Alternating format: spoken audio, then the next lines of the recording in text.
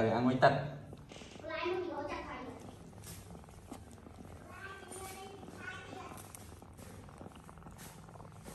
Nhà bếp trong mình tắt làm ăn từ đến lấy.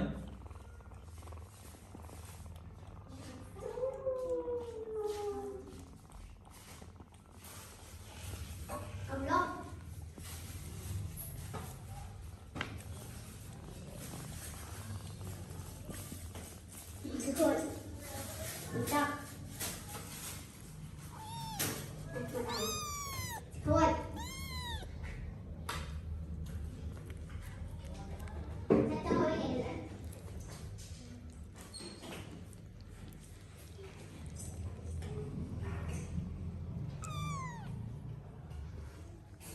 Biết. Có bàn đó nè. Chọc mình đừng nắng.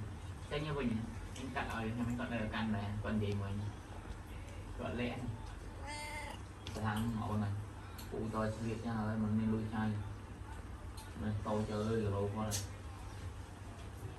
mình căn thốn sẵn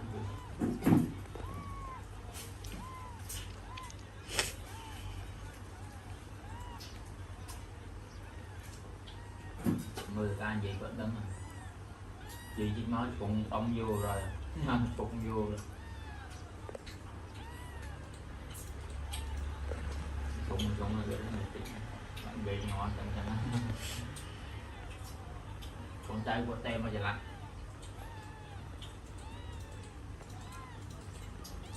sỏi còn không ấy dùn còn trăm con gì thì sao